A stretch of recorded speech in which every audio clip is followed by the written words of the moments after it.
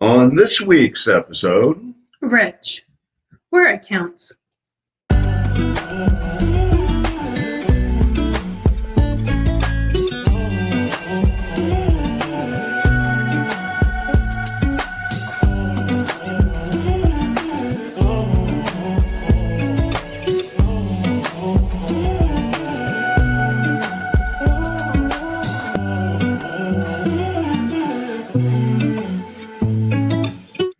He's Kevin.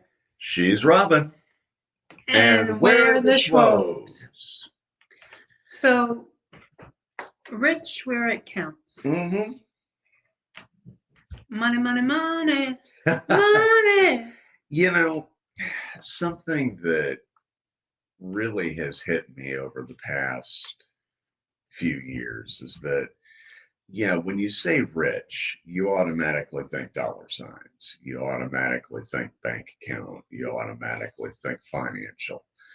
But You automatically think big cars, fancy houses. right, yeah. Yeah. Upscale things. Yeah. And that's what society has defined rich as. But I know for us, rich is something way different. It is. It is. Y'all have heard us talk about her story. You've heard us talk about her struggles. And, Rich Is my brother. he is your brother. Yes, he is. Mm-hmm. Up in very cold, snowy New Hampshire. Mm-hmm. Sorry, squirrel. But But anyway, rich where it counts. We have been blessed in so many different ways. Mm-hmm. And, when I look back, rich in one way is the provisions that we've seen in so many different ways. I mean, I still get emotional and choked up when I think of what Jerry did for us that one Christmas when we were really struggling. Mm-hmm. And Mom pointed out to me, he did that on his own. Yeah. And, what he did is we were having a really difficult time financially. And for a Christmas gift, he took this huge box and he just filled it with canned foods and just things that we could eat. And simple things. And it meant boxed macaroni and cheese. It meant the world to us because Spam. Yeah. Because we weren't doubting God's provision. Mm-hmm. God provided it through your stepdad. Right. But it just meant so much to be able to do that, for him to do that, and for us to be on the receiving end. Mm-hmm. It was just a blessing. And I think that's what we think of when we think of rich. Right. We think of blessings. How are we blessed? Mm-hmm.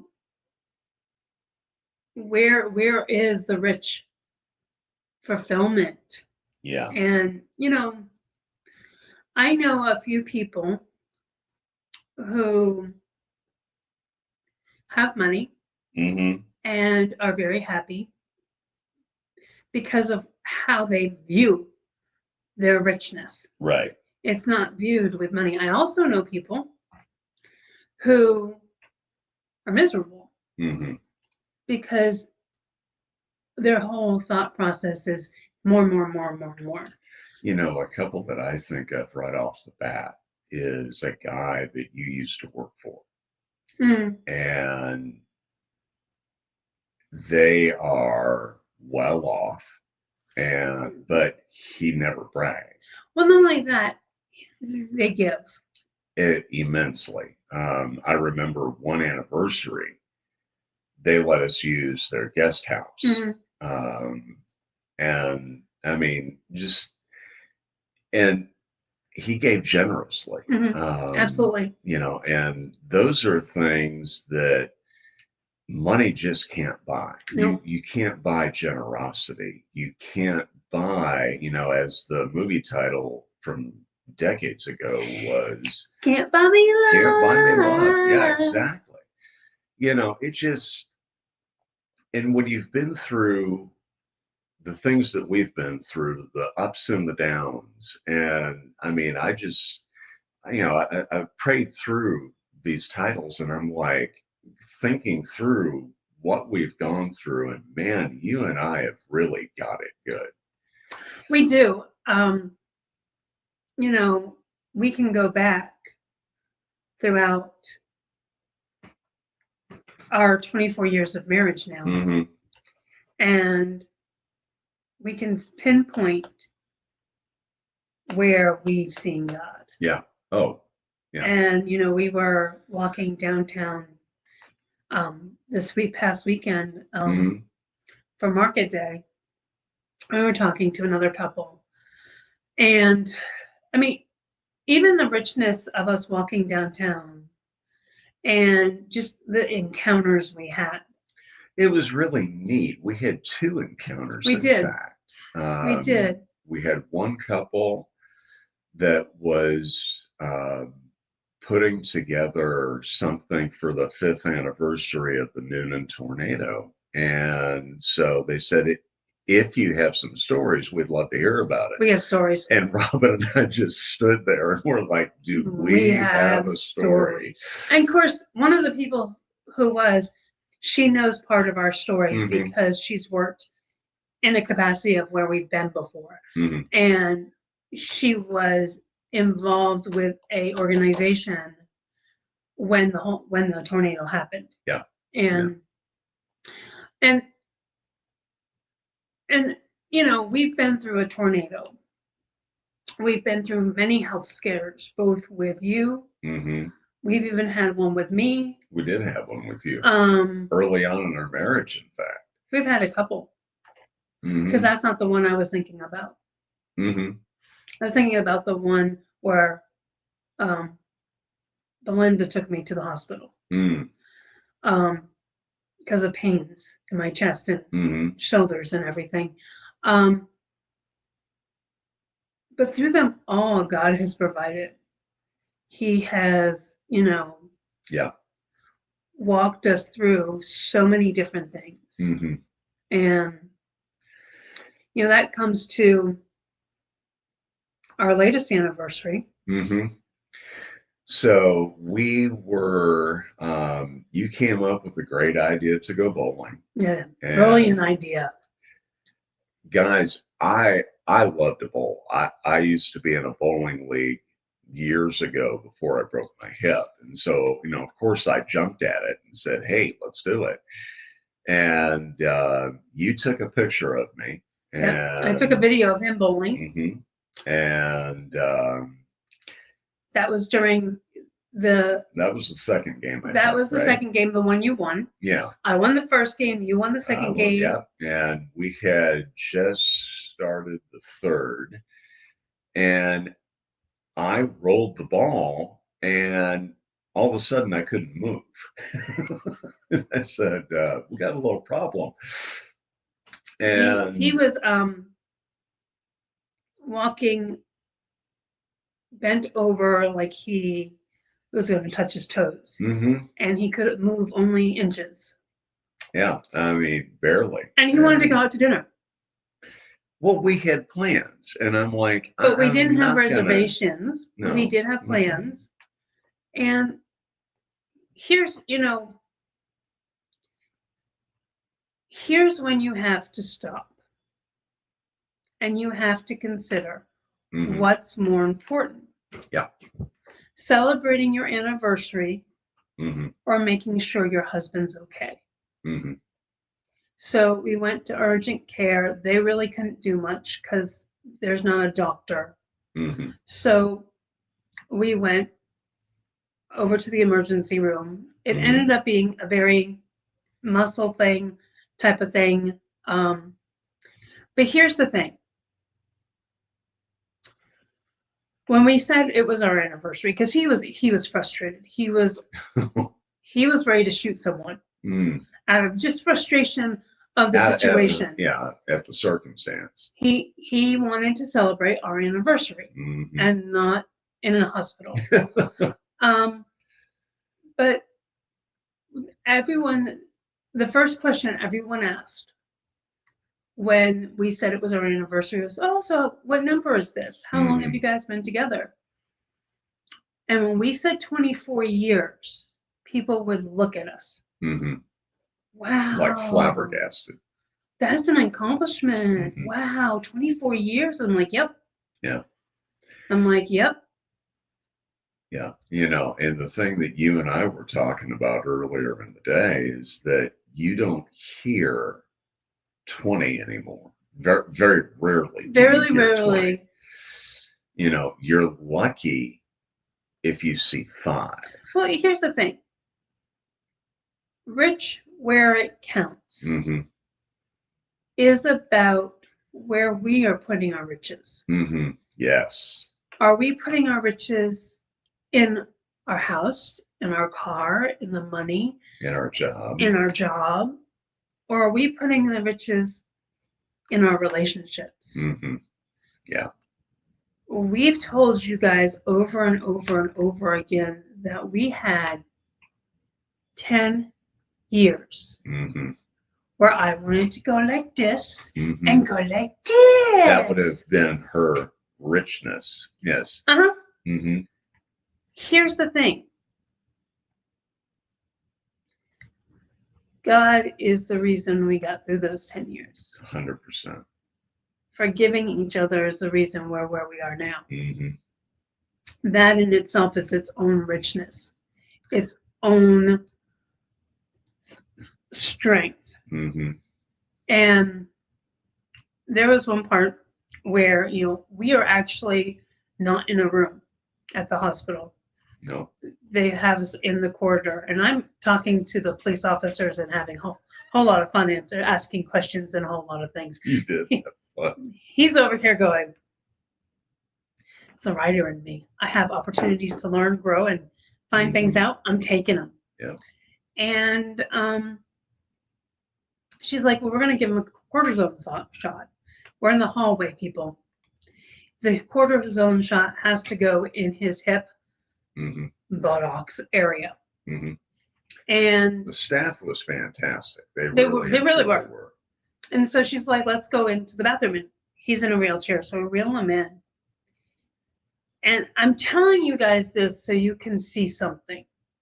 There's a great metaphor in this. So we got you standing, which was painful. Right. And put down his pants so they could get to where they needed to get to. Right. And he's leaning against me. And he's like, I feel like I'm going to cry. What did I say to you? You said, lean on me. You said, do what you need to do to lean on me. I also said one other thing. You said, I got you. I got you. Yeah. How often in our relationships do our spouses hear us say, I've got you?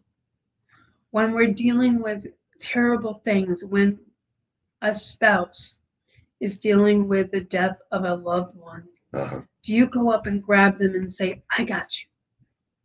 When you're dealing with a child that's driving you insane because they're not being obedient, a prodigal child, someone who's walked away and wants nothing to do with you, someone who's accusing you of being a terrible parent when you did everything possible. Is your spouse wrapping his arms or her arms around you and saying, I got you? Lean on me?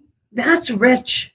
That's richness when you can grab your spouse's hand and go, I got you. Especially when you've gone through those 10 years of, I'm going to kill her. I'm going to kill him. And 24 years later, you can say, I got you. I've got you. That's rich. And here's the thing, folks. She has me because God has her. Yes. I have her because God has me. Yeah. Yeah. Absolutely. And you may be sitting there going, but I don't have her. I don't have him. You may not feel like you can, but God can give you the tools to do so. And, we talk constantly about the Bible and spending time. And we do that because we've seen it firsthand. We both went through a period where we weren't reading our Bibles. We weren't praying.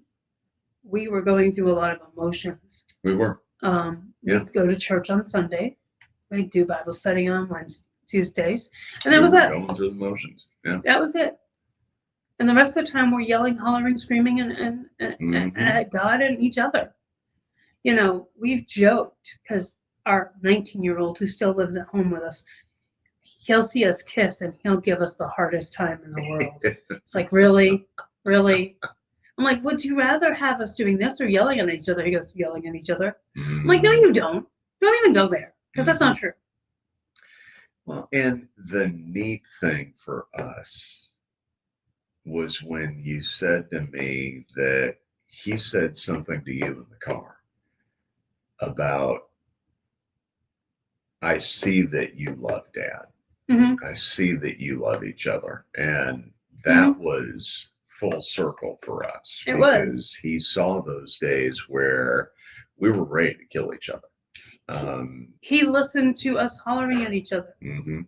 He listened to us complaining. I'm taking care of Thor because he's not coming down. I thought I heard him. But there were days where that richness of God was not there.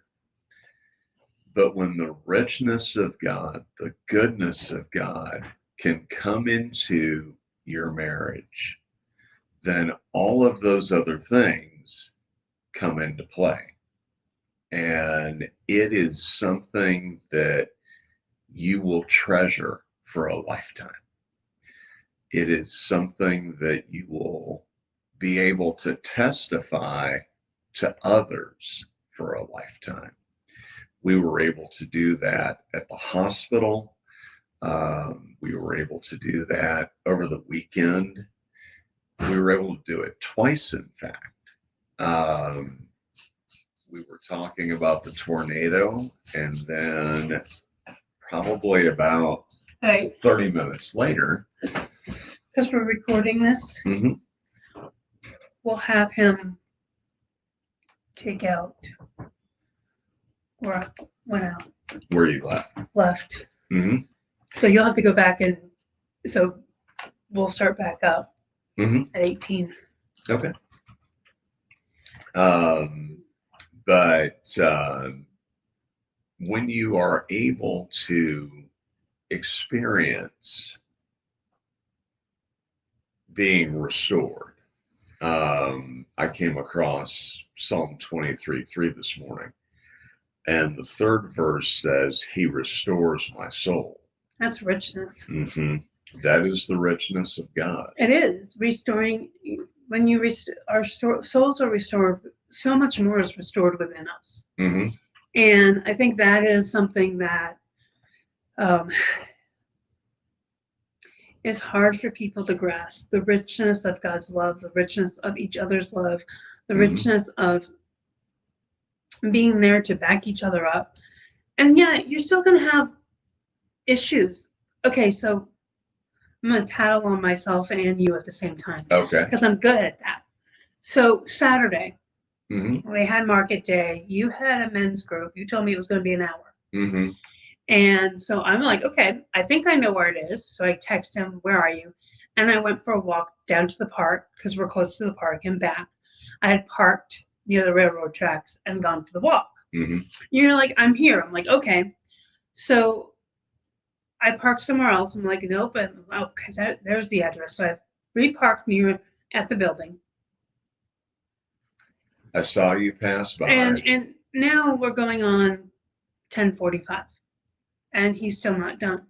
We still have to go clean the church. Mm-hmm. We still have to go do this, and we want to go to market day. Market day started at 10, it ends at 2. Mm-hmm. I was not in a good mood when he finally came out. I'm like, I am not going to stop you and tell you, no, you have to leave now. Because you're in a meeting, you're in a Bible study, you're with men. I'm not going to take that away from you. But you told me it was only going to be an hour. Mm-hmm. Right. And I didn't follow up and say we're running a little bit late. And so I'm like, now we'll go to the market day, then we'll go. My whole day, I had it scheduled. I knew how things were going to go. I had told a place where I had pre-ordered my Christmas jam, where that we'd be there afternoon. I explained all this stuff. And so I am not a happy camper because I feel like I was respectful to your time, but you weren't respectful to my time. So people, the reason I'm telling you this is because I ended up eating crow. Here's why. God knew that we needed to go to market day first. Mm-hmm. We ended up being at market day from 11:30 to 2. Mm-hmm. Or 1:30. About quarter, 1:30, quarter to 2. In that time, I got to love on some puppies. Mm-hmm. Got to talk about the hurricane situation or the tornado situation. We met with a couple. Okay, so this is really we went to market. We finally stopped talking to this couple dealing with the tornado and everything, which we talked about a whole different kind of stuff and gave some testimony. Right. We went and got my jam. We're walking back, and there's the Humane Society women again. Yeah. And my puppies. And, she had told me, she goes, we can do a Thor date. I'm like, okay, we can do a Thor date. Because she was getting excited. I had fallen in love with one of the puppies. Mm-hmm. Puppies got adopted by another couple. Actually. A young family. Siblings. One was going to a young family and the other was going to his sister. Oh, that's right. Yeah. Okay. And I was kind of bummed. However, the richness of that meeting, we found a handy guy, someone with HVAC and all that. And his wife does editing and all this other stuff. And I'm like, so we swapped information. Something may come of it, nothing may come of it, but God gave us an opportunity. God gave us a God moment that we would have missed if we had gone later in the day. We also would have missed seeing my puppies. Yeah. And maybe even the tornado situation. So we would have missed those appointments. God worked it in a way that we weren't expecting. So I ate crow. And the rich man, when I looked at him, I said, okay, I need to apologize for my attitude. I need to apologize for yelling at you, which is something I would not have done years ago. I would have just been like, I'm right, you're wrong. That's all that matters. And the richness that he got from me apologizing, from me realizing I was in the wrong on this one. And then we got richness from the 2 conversations we had. So you need to grasp the richness in your marriage. You need to grasp the richness that God is giving you on a daily basis. You need to grasp the gifts that are around you that aren't monetary. Me holding him up, that's a statement. It says, I'm here for you. I'm going to hold you up. I'm going to hold you strong. Yeah. And that's something that you can do for each other. And those are moments that you can't schedule. Those are moments that they just come. And no, they do. And not only that, but when you extend strength and wisdom and just and ability to each other when your kids see the richness that you have in your marriage, the richness that you have in the little things, the richness that comes from just being together, from holding them up during difficult times. It helps them see the right relationships. It does. And that's really so important, not only in a spouse, but in their friendships, in their relationships. They're going to go for people who hold them up, that they can hold up, and not for those who will tear them down. Absolutely. Absolutely. And, it's moments like that that help you to walk alongside somebody that needs an extra boost of faith, of hope that they may not get anywhere else. There were probably people that, needed that, and we were just blessed enough that God used us in that.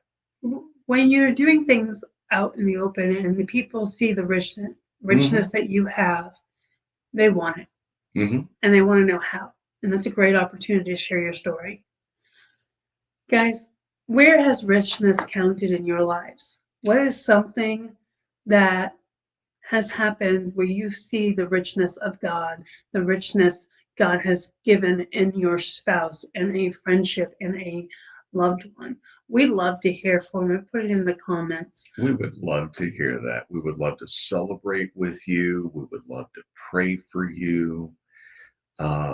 Those are things that we love to use this podcast for. So if you've been enjoying our podcast, remember to share, like, and subscribe. Have a great day. Until Thanks next for time. hopping on.